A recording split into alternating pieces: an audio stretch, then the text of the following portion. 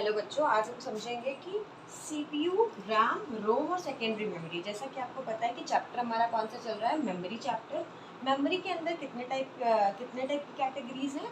पहला है primary memory, दूसरी सेकेंडरी मेमोरी। प्राइमरी मेमोरी में रैम, रोम और सेकेंडरी मेमोरी भी आपको पता है कि क्या होता है, ये हम पिछले वीडियोज़ में डिस्कवर कर चुके हैं। नेक्स्ट अब हमको समझना है कि सिस्टम को ऑपरेट करने में ये सारी मेमोरीज कैसे काम करती हैं। सबसे पहले आप कंप्यूटर को टर्न ऑन करते हैं।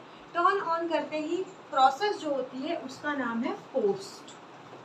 पोस्ट का फुल फॉर्म क्या होता है? Power on self test.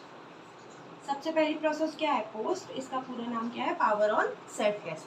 Power on self test में सिस्टम करता क्या है? सिस्टम अपने आप से कनेक्टेड जितने हार्डवेयर होते हैं उनको चेक करता है कि क्या सारे के सारे सही काम कर रहे हैं। सपोज करो हमसे कनेक्टेड है माउस, तो माउस का क्या कॉन्फ़िगरेशन है, कौन सा हार्डवेयर टाइप है और क्या कनेक्टेड होता है, कीबोर्ड कनेक्टेड है। इन सारी डिवाइसेस को चेक करना कि सभी सही तरीके से काम कर रहे हैं या नहीं कर रहे हैं, किस में होता है? पावर ऑन सेल्फ टेस्ट में। अब पावर ऑन सेल्फ टेस्ट किसके थ्रू होगा? रोम के थ्रू। यहाँ पे कई सारे प्रोग्राम्स लिखे होते हैं, इसके through power on self test हो जाएगा। क्योंकि आपको पता है कि रैम शट डाउन करने पे सारी की सारी वैनिश्ड हो जाती है, इसलिए हमको किससे इंटरेक्शन करना पड़ेगा? रोम से। तो सबसे पहले आप किसके पास गए? रोम से। रोम से ये इंटरेक्शन हो गया कि पावर ऑन सेल्फ टेस्ट पूरा हो गया। अब जब आपने पावर ऑन सेल्फ टेस्ट कर लिया तो अब क्या होगा? नेक्स्ट प्रोसेस क्या होती है? नेक्स्ट प्रोसेस होती है बूटिंग। नेक्स्ट प्रोसेस का नाम क्या है? बूटिंग। सेकेंड नंबर पे क्या होगा? बूटिंग। बूटिंग का मतलब क्या है? ऑपरेटिंग सिस्टम को रैम में लेकर आना ना।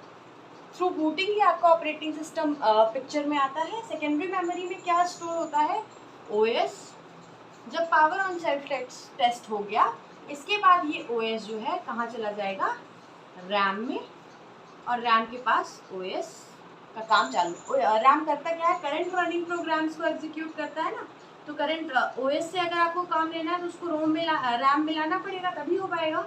करंट रनिंग प्रोग्राम होगा तब तो आपका सिस्टम आप इंटरेक्ट कर पाओगे ऑपरेटिंग सिस्टम के थ्रू। आपने ऑपरेटिंग सिस्टम सब्जेक्ट भी पढ़ा है, तो इतना तो समझ में आ रहा होगा कि ऑपरेटिंग सिस्टम का क्या काम है। Operating system is a interface between user and hardware. तो ये समझ में आ गया। अब रैम के थ्रू सीपीयू के पास क्या चला जाएगा? ऑपरेटिंग सिस्टम, और आपका सिस्टम चालू हो जाएगा। ये जो बूटिंग प्रोसेस है इसके लिए एक स्पेशल प्रोग्राम है जिसको बोलते हैं बूट स्ट्रैप लोडर। क्या बोलते हैं? बूट स्ट्रैप लोडर, जो बूटिंग प्रोसेस को करने का पूरा काम करता है, ओएस को रैम में शिफ्ट करने का। इस पूरे प्रोसेस में आपने देखा कि रोम जो है सिर्फ पोस्ट ऑपरेशन करने में काम आई। इसमें सिर्फ एक ही बार सीपीयू जो है एक ही बार रोम से इंटरेक्ट करता है। किसके लिए? पोस्ट करने के लिए। इसके बाद अब सिर्फ सीपीयू किससे काम करेगा? रैम के साथ वन टाइम इंटरेक्शन ही होती है इनके बीच में। ये ज़रूर याद रखिएगा। कई एमसीक्यूज में आ जाता है कि सिस्टम जो है आपका स्टार्ट होते रोम को कितने बार एक्सेस करता है, तो वन टाइम इंटरेक्शन होता है, क्योंकि सिर्फ पोस्ट के लिए हमको ज़रूरत है। बाकी सारे काम हम किससे करा लेंगे? रैम से।